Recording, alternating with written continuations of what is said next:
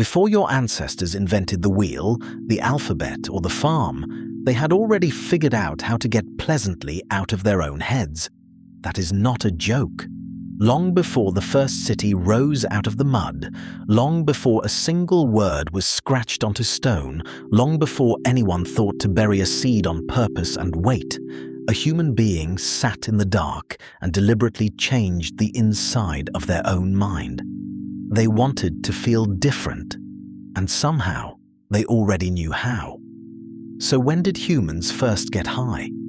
And why has your species, across its entire long and eventful history, never once managed to stop?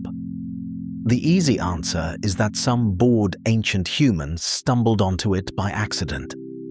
A curious cave dweller nibbles a suspicious mushroom to see what happens. A tribe forgets a basket of fruit, comes back a week later, and finds it has developed a personality. A happy little accident filed under oops. But the real answer is stranger and far older than any lucky snack. The urge to alter your own mind was not invented by one clever ancestor with a free afternoon. It appears to be stitched into the deep architecture of the brain itself, running back not thousands of years, but millions. To understand why you reach so gratefully for a coffee before you can be trusted to speak in the morning, you have to travel back a very long way. Start with the clearest evidence anyone has ever pulled out of the ground of a human getting high on purpose. High in the Pamir Mountains of Central Asia, in a windswept burial ground called the Jiahu Cemetery, researchers uncovered a set of wooden braziers, small containers that had once cradled burning embers. Inside them were traces of something remarkable. Cannabis, and not the boring kind that keeps its head down and behaves. When a team, including the archaeobotanist Robert Spengler and the chemist Yimin analyzed the residue baked into those braziers, they found unusually high levels of the compound that makes cannabis psychoactive. This was not hemp being quietly burned for rope. This was cannabis chosen and perhaps carefully bred for its power to alter the mind around 2,500 years ago in a world with no clocks and apparently a very clear idea of what it was doing. Picture the scene the chemistry implies. People gathered around glowing stones in a high, thin-aired valley at a funeral, breathing dense smoke into an enclosed space, with intention. This was not a casual Tuesday afternoon. It looks like ritual, a deliberate attempt to reach past ordinary experience, to send the dead on their way and carry the living somewhere softer for the night. Does that sound entirely foreign to you? Or, underneath the smoke and the grief, a little bit familiar? Here is a detail that makes it funnier.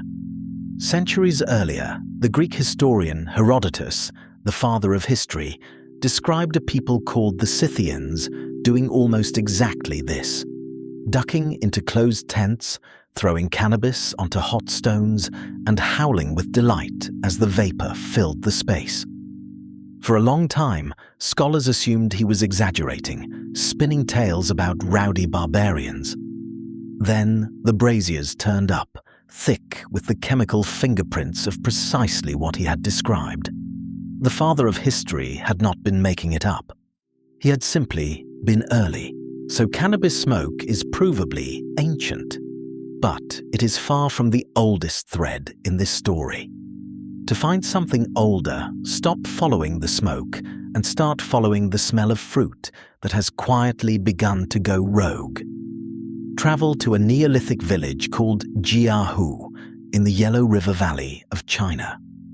There, the biomolecular archaeologist Patrick McGovern, a scientist who has spent his career coaxing the ghosts of ancient drinks out of old, cracked pottery, made a discovery that quietly reset the entire timeline of human intoxication.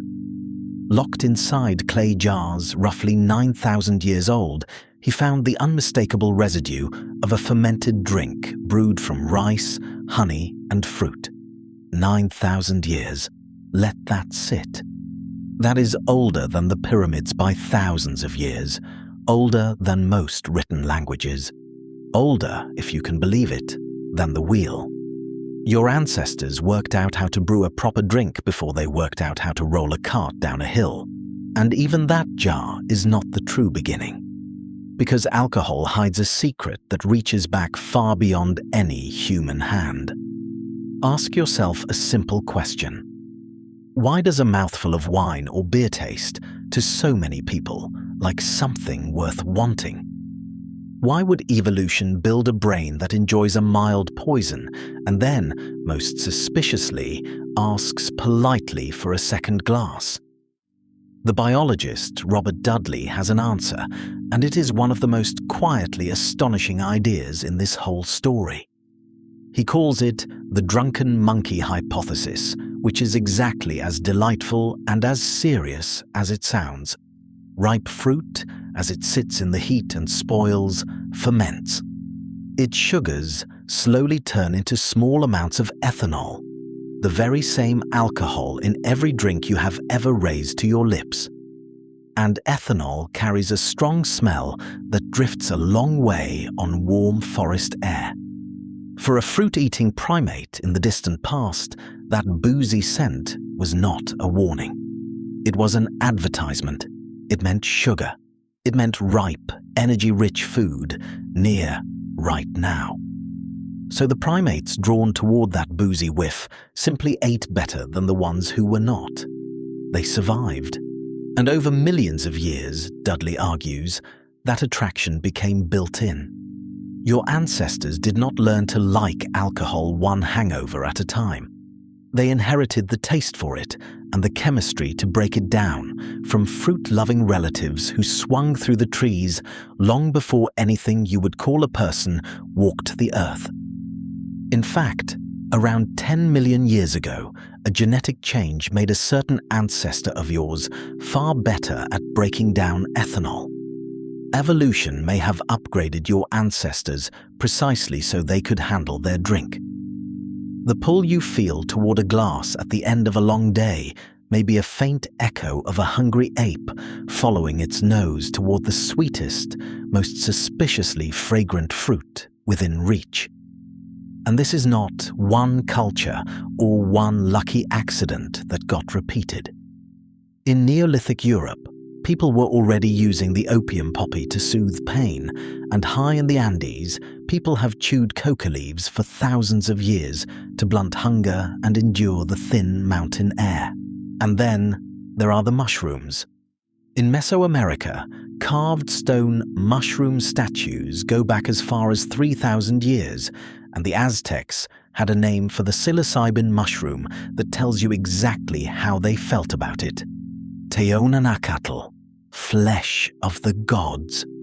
They ate them in sacred ceremonies, sometimes served with honey and chocolate, which makes them, more or less, the original edibles. There may even be hints of mushrooms far earlier and far away. A 6,000-year-old painted mural in Spain at a place called Selva Pascuala shows a neat row of little fungus-shaped figures that some researchers believe are psychedelic mushrooms.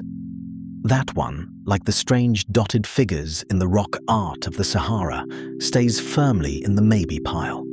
A question mark drawn in mineral pigment. Cannabis in the mountains of Asia. Fermented drink in China. Poppies across Europe. Coca in the Andes. Sacred mushrooms in the Americas. These peoples were separated by oceans, by mountain ranges, by tens of thousands of years. Nobody was passing notes across the gaps.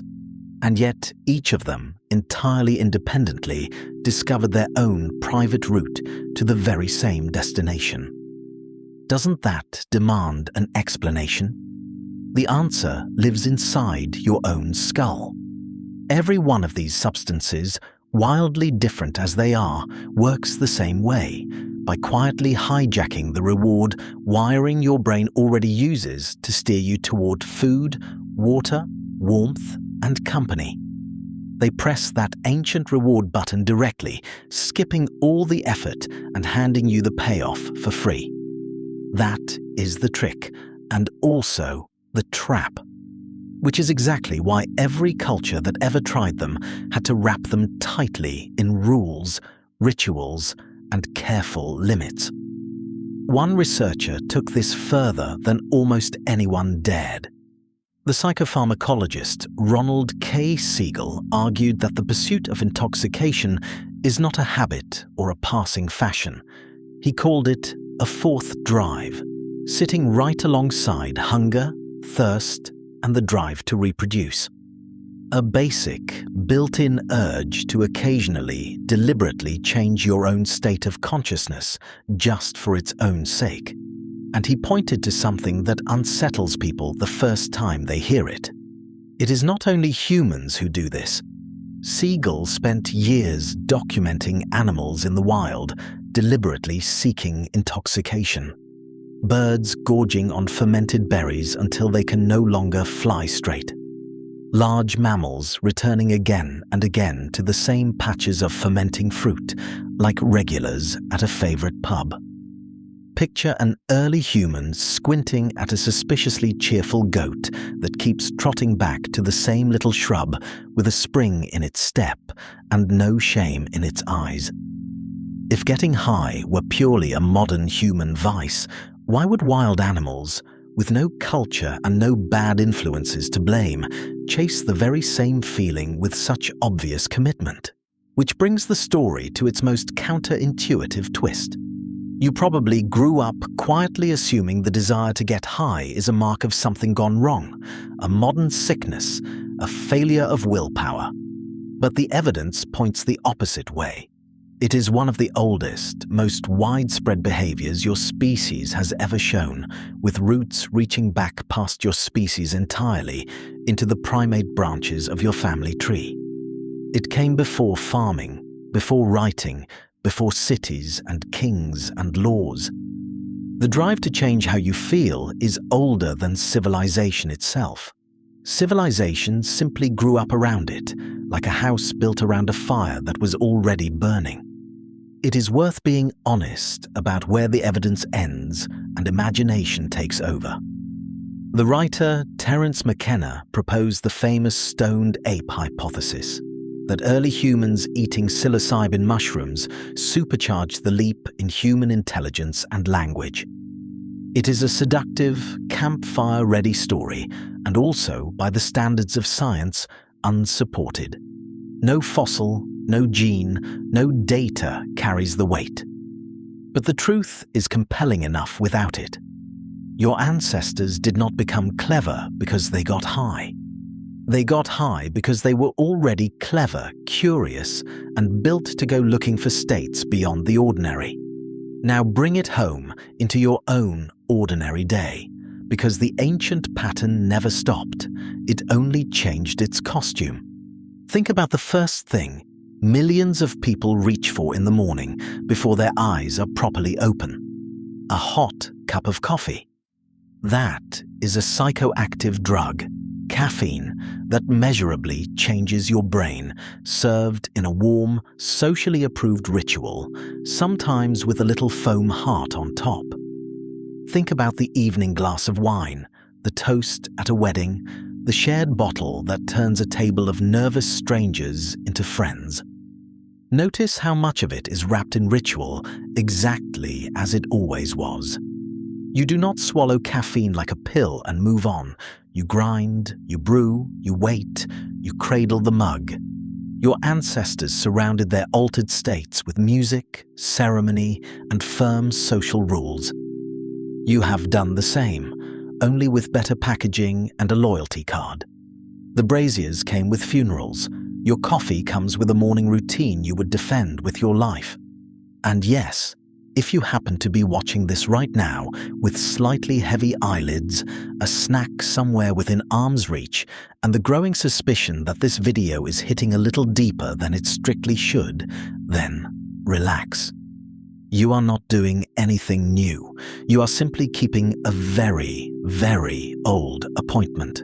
One your ancestors booked on your behalf thousands of years before you were born.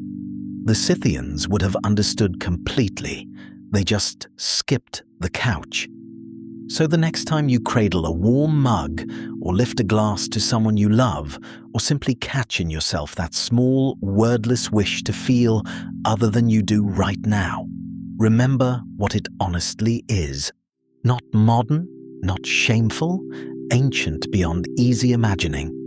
It connects you across an almost unthinkable stretch of time to a human sitting in the dark beside glowing stones on a cold mountain, and to a creature in a warm forest long before that, nose lifted to the breeze, reaching upward for sweet fermenting fruit. Because long before the first city, long before the first written word, long before the first planted seed, your ancestors had already figured out how to get pleasantly out of their own heads. A human being sat in the dark and deliberately changed the inside of their own mind.